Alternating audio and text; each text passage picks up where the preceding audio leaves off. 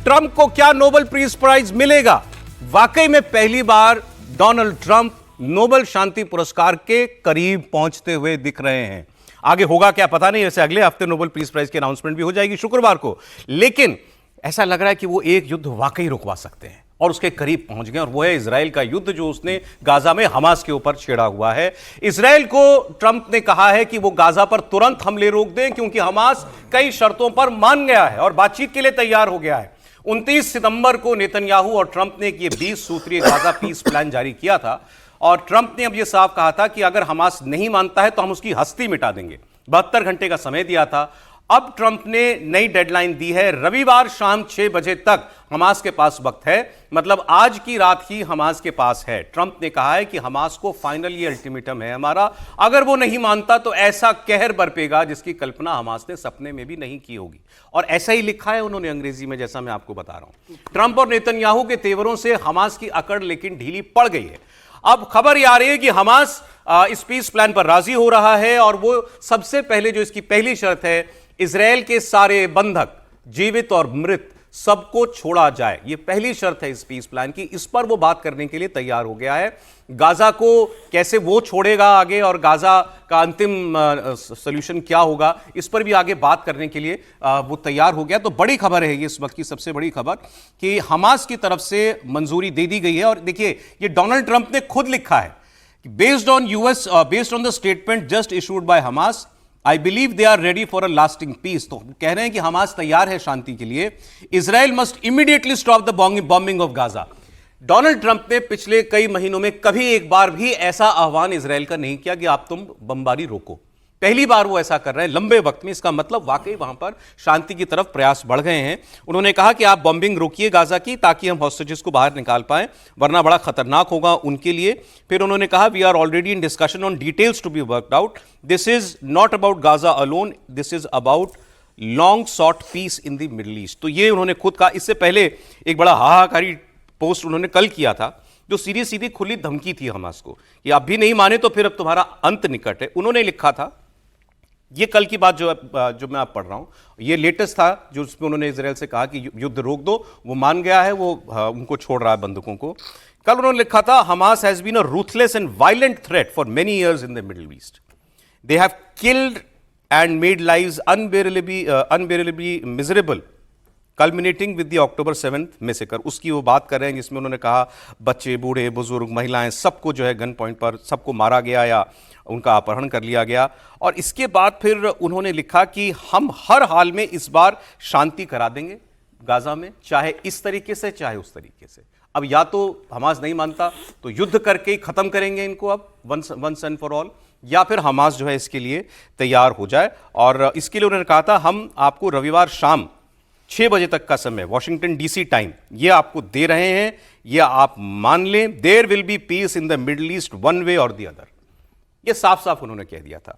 अब दूसरी खबर ये कि प्रधानमंत्री नरेंद्र मोदी ने भी जो है वो ट्रंप के इस प्लान की एक तरीके से तस्दीक ही जो है उन्होंने कर दी है। प्रधानमंत्री नरेंद्र मोदी ने भी पोस्ट करते हुए लिखा है कि हम बंधकों को छोड़ने की जो खबरें आ रही हैं इनका स्वागत करते हैं, और ये बड़ा अच्छा शुभ संकेत है कि गाजा में शांति हो रही है। ये दूसरा पोस्ट है प्रधानमंत्री का जिसमें उन्होंने डोनाल्ड ट्रंप को इसका क्रेडिट दिया है कि उन्होंने जो ये पीस प्लान बनाया ये कामयाब होता हुआ हमें अब दिखाई दे रहा है। सर, आज की डेवलपमेंट तो बहुत पॉजिटिव है। हमास का अगर ये कहना है कि हम बंधकों को छोड़ने के लिए तैयार हैं, ट्रंप साहब के लिए तो बड़ी जीत होगी।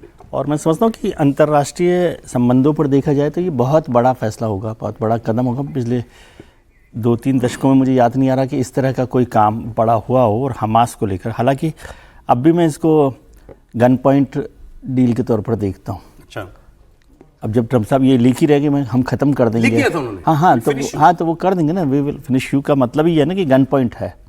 और गन पॉइंट में क्या हुआ कि ट्रंप साहब जो कह रहे हैं वो तो है, लेकिन जो इस्लामिक देशों ने जिस तरह से सामने आ गए, उनके समर्थन में आ गए हैं, साथ आ गए हैं, उससे थोड़ा से हमास को लगा होगा कि मुश्किल में हो जाएगा यदि इसका कोई रास्ता नहीं निकाला गया। लेकिन ये ट्रंप के लिए अंतर्राष्ट्रीय स्तर पर बड़ी जीत है, और ऐसे मौके पर हो रही है जब नोबेल प्राइज़ जो है उसका अनाउंसमेंट होने वाला है। और यदि हो भी जाता है तो मैं समझता हूँ कि एक बड़ी शांति के दौर पर एक हिस्सा जो है ना देश दुनिया का जी वो पहुंचेगा। एकदम नहीं होगा, लेकिन फिर भी कोई रास्ता निकल। हमास गन पॉइंट पे भी नहीं मान रहा था। हाँ, पहले गन पॉइंट पे, कहां हथियार डाल रहे थे? नहीं, इसीलिए मैं कह रहा नहीं, लेकिन उसमें आप इस्लामिक देश जब साथ में आ गए तो होता ना, जब आप आइसोलेशन में हो जाते हो तो आप दूसरे तरीके से। तो ट्रंप की असली कामयाबी ये है कि उसने मुस्लिम दुनिया को मनाया, वो है असली, और आइसोलेशन में कर दिया, और मुस्लिम दुनिया के अलावा पाकिस्तान को भी मना लिया।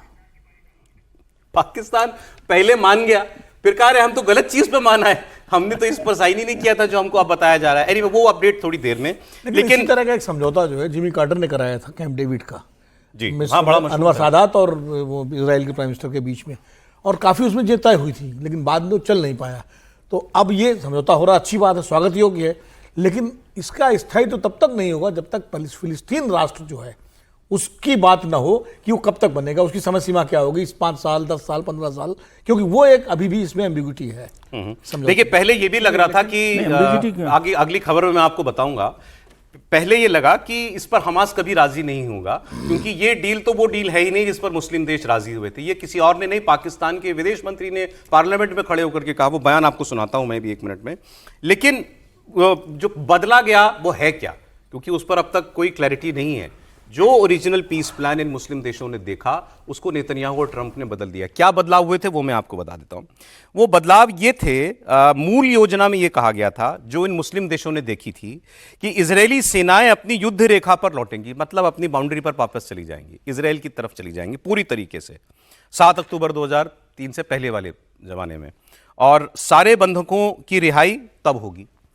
बदले हुए जो बदली हुई डील है, इसमें यह कह दिया गया कि इजरायली सेनाएं पुरानी लाइन पर नहीं जाएंगी, एक नई लाइन तय की गई है बीच में ही गाजा में, वहां तक थोड़ा पीछे जाएंगी, मतलब गाजा के एक बड़ा हिस्सा अभी भी इजरायल के पास रहेगा। तो पहला तो यह परिवर्तन था। दूसरा परिवर्तन यह था, जो ओरिजिनल मसौदा था उसमें यह कहा गया था कि हमास के जो मेंबर शांतिपूर्ण तरीके से रहना चाहते हैं वो रह सकते हैं, उनको माफी दे दी जाएगी। लेकिन बाद में यह कहा गया कि किसी भी हमास के व्यक्ति को जब तक उसके हाथ में बंदूक है कोई माफी नहीं, उसको बंदूक तो छोड़नी ही पड़ेगी। यह शर्त पहले मसौदे में नहीं थी। अब यह मानना जो है हमास के लिए बहुत कठिन काम था, लेकिन हमास ने इस बात को स्वीकार कर लिया है। तो यह बता रहा है कि अब वो वाकई में एक दबाव कहिए, जो भी कहिए, वो काम कर गया है। हमास का जो सर ओरिजिनल स्टेटमेंट है वो ये कह रहा है, The movement affirms its readiness to immediately enter into negotiations through the mediators to discuss the details of this agreement. साफ उसने ये कहा है, मतलब अब हमास जो है बंधकों को सबसे पहले छोड़ेगा, और इसका मतलब ये कि ये शांति की तरफ पूरा मामला बढ़ता हुआ दिखाई दे रहा है। सर, अब भरोसा करना किस पे मुश्किल ज्यादा है, हमास पे या इजराइल पे? नहीं, भरोसा तो दोनों पे ही करना मुश्किल है, लेकिन ये है कि अमेरिका, चूंकि दरअसल सारा कुछ निर्भर करेगा अमेरिका की गंभीरता पर। इजराइल के पीछे अमेरिका की ताकत है, हमास के पीछे मुस्लिम देशों की ताकत है। अगर मुस्लिम देश तैयार हो गए पूरी तरह से तो हमास के पास कोई रास्ता नहीं समझौते के अलावा, करना ही पड़ेगा। और अमेरिका अगर इजराइल पर दबाव डालता है कि भाई कुछ कंसेशंस दो, तो इजराइल को भी देनी पड़ेगी। दरअसल में निकलना दोनों इससे चाहते थे। ये इतनी अंधी सुरंग में फंस गया था मामला कि हमास भी इससे निकलना चाहता है और इजराइल भी निकलना चाहता है।